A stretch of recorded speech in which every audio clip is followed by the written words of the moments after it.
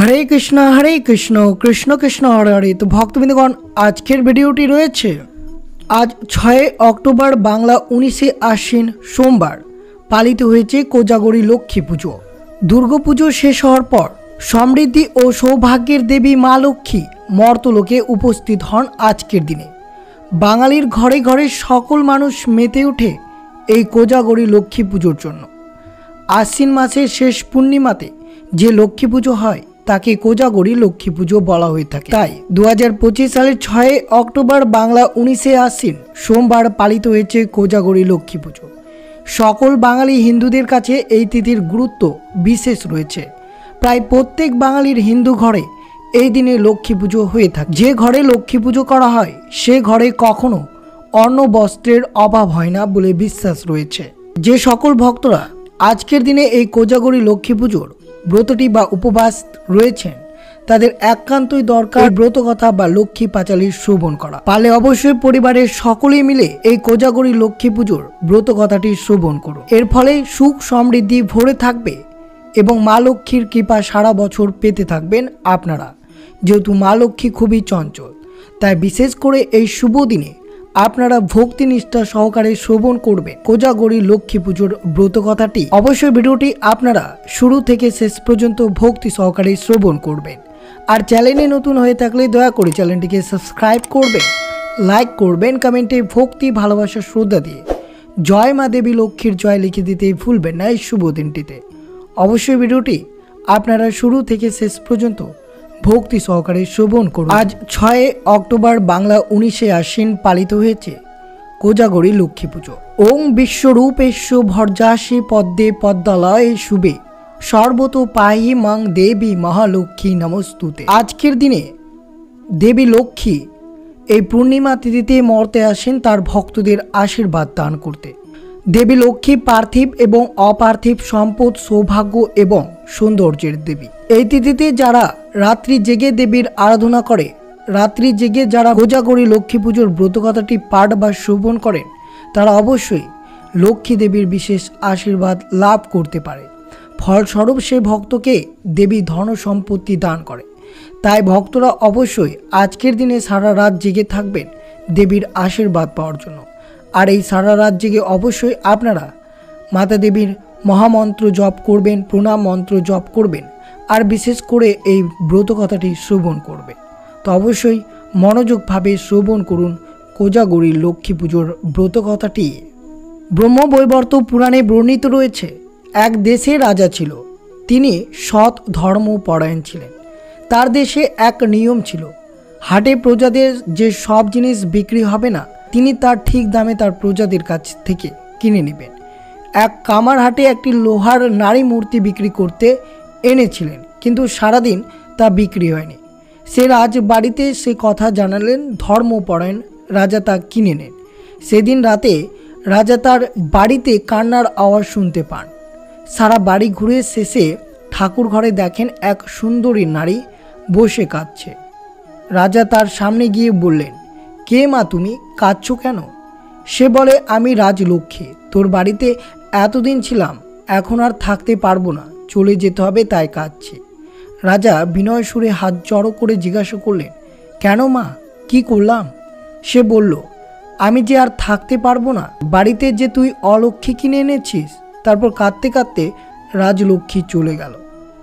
খারাপ মন নিয়ে রাজা জানলার ধারে বসেছিলেন। হঠাৎ দেখলেন একজন নারী বেরিয়ে যাচ্ছে। অমনি দৌড়ে গিয়ে রাজা জিজ্ঞাসা করলেন, কে মা, তুমি চলে যাচ্ছ কেন? সে বলল, আমি তোমার ভাগ্যলক্ষ্মী, তোমায় ছেড়ে চলে যাচ্ছি। ঘরের যে তুমি অলক্ষ্মী এনেছো, থাকতে আর দিলে কই? রাজা মাথা নিচু করে দাঁড়িয়ে রইলেন। এমন সময় দেখেন আরও এক সুন্দরী নারী বেরিয়ে যাচ্ছে। রাজা তাড়াতাড়ি তার পথ আগলে বললেন, তুমি কে মা, চলে যাচ্ছ কেন? সে বলল, আমি যশোলক্ষ্মী, তোমায় ছেড়ে যাচ্ছি। এইভাবে একে একে রাজলক্ষ্মী, ভাগ্যলক্ষ্মী আর যশোলক্ষ্মী তিনজন রাজাকে ছেড়ে চলে গেলেন। রাজার চোখে ঘুম নেই। জানলার ধারে বসে থাকতে থাকতে দেখেন একজন পরম পুরুষ আর এক সুন্দরী নারী বাড়ি থেকে চলে যাচ্ছে। রাজা দৌড় আগলে কে তারা জানতে চাইলেন।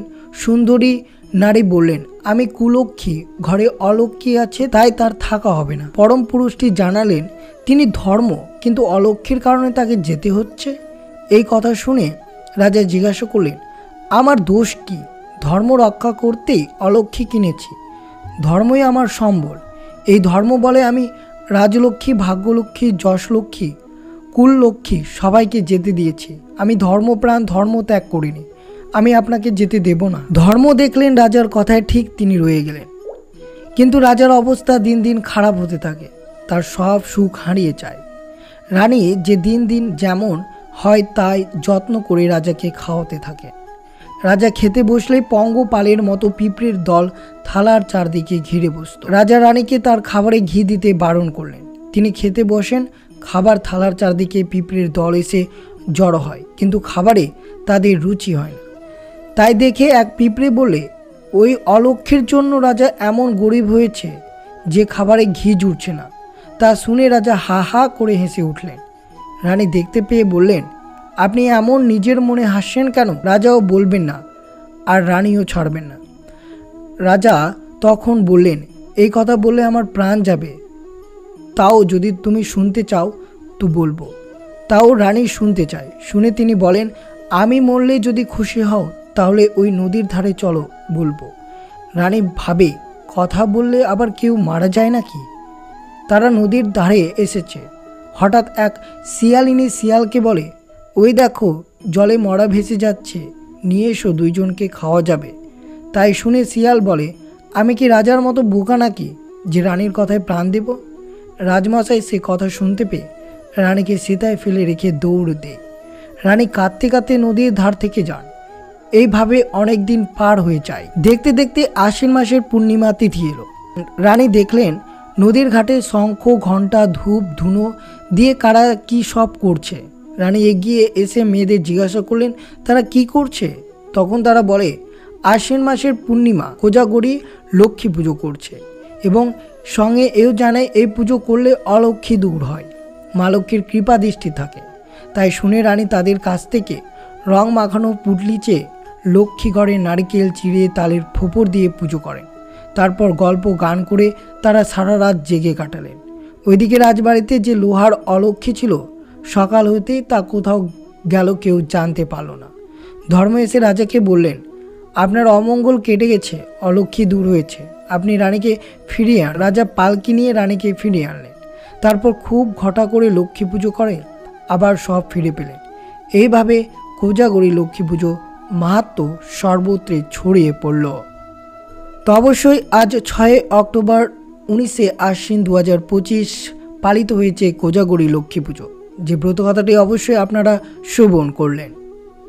আর অবশ্যই আজকের দিনে যদি মা লক্ষ্মীকে খুশি করতে চান তাহলে অবশ্যই আপনার পরিবারের সুখ, সমৃদ্ধি, সৌভাগ্যে এবং অর্থে ভরে উঠবে। বিশেষ করে অবশ্যই আজকের দিনে এই ক্রিয়াকলাপগুলো আপনারা করতে পারেন। লক্ষ্মী পুজোর সময় একটি পাত্রে সম্পূর্ণরূপে ধান ভরে নিয়ে তাতে 1 টাকার কয়েন, একটি সুপারি, 5টি কড়ি, একটি হর্তিকি এবং পান দিয়ে এইবার পাত্রটি মায়ের পায়ের সামনে রেখে দেবেন। এই শুভ দিনে লক্ষ্মী পুজোর লক্ষ্মী দেবীকে নারিকেলের জল এবং চিড়ে অবশ্যই ভোগ হিসেবে নিবেদন করবেন। উপবাস রেখেছেন যারা, পুজোর শেষে সেই প্রসাদ অবশ্যই গ্রহণ করবেন। এটি খেয়ে অবশ্যই আপনারা উপবাস ভঙ্গ করতে পারেন। যে সকল বাড়িতে নতুন মূর্তি কিনে এনে পুজো দেওয়া হয়, অর্থাৎ প্রতি বছর এই দিনে নতুন লক্ষ্মী প্রতিমা আনা হয়, তারা প্রতিমা কিনতে যাওয়ার সময় একটি পান সঙ্গে করে নিয়ে যাবেন। ঠাকুরের মুখে পান পাতা ঢেকে ঘরের ভিতরে নিয়ে আসবেন। ঘরে নতুন ঠাকুর প্রবেশ করানোর সময় উলুধ্বনি দেওয়া অবশ্যই প্রয়োজন। লক্ষ্মী দেবীর ঘট স্থাপনের সময় ঘটের ভিতরে সামান্য সিদ্ধি এবং একগুচ্ছ দুবরা অবশ্যই দিবেন। মায়ের পুজোর সময় মায়ের আসনে একটি গোমতী চক্র রাখবেন। তারপর পুজোর শেষে সেই গোমতী চক্রটি সেই আসন থেকে তুলে টাকা রাখার জায়গায় অবশ্যই রাখতে পারেন। পুজোর সময় লক্ষ্মী দেবীকে লাল বস্ত্র অর্পণ করবেন এবং নিজেও লাল বস্ত্র পরে পুজো আরাধনা করবেন। এদিন অবশ্যই মাকে ক্ষীর ও পায়েসের ভোগ অবশ্যই নিবেদন করা অত্যন্ত শুভ হতে পারে। পুজোর শেষে অবশ্যই মায়ের পাঁচালী পাঠ করবেন এবং কোজাগরী লক্ষ্মী পুজোর ব্রতকথাটি পাঠ বা শ্রবণ করতে হবে। এই দিনে মাতা দেবী লক্ষ্মীর সাথে নারায়ণের পুজো করা অত্যন্ত শুভ হতে পারে আপনাদের জন্য। আর অবশ্যই বাড়ির সদর দরজা যেহেতু ধন সম্পদ আসার জায়গা, তাই বিশেষ করে এই স্থানে দেবী লক্ষ্মী বসবাস করেন। সদর দরজার সামনে ভুলেও অপরিষ্কার রাখবেন না এই শুভ দিনে।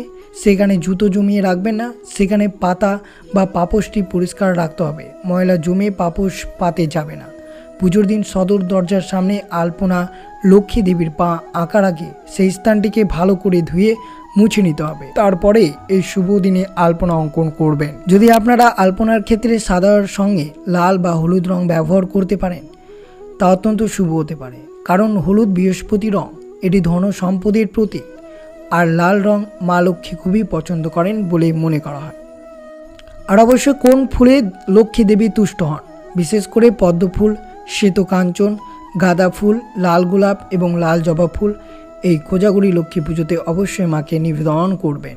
তো এই ছিল ভিডিওটি ভালো লাগলো অবশ্যই চ্যানেলটিকে সাবস্ক্রাইব করবেন, লাইক করবেন, কমেন্টে ভক্তি ভালোবাসার শ্রোতা জয় মা দেবী লক্ষ্মীর জয় লিখে দিতে ভুলবেন না এই শুভ দিনটিতে। এবং অবশ্যই আপনাদের বন্ধু আত্মীয় বা ভক্তদের সাথে এই কোজাগরি লক্ষ্মী পুজোর ব্রত কথাটি অবশ্যই শেয়ার করে দিতে ভুলবেন না। তো অবশ্যই আজকের দিনে রাত্রি জাগরণ করে আপনারা যতবার পারবেন এই কোজাগরি লক্ষ্মী পুজোর ব্রত কথাটি শ্রবণ করুন।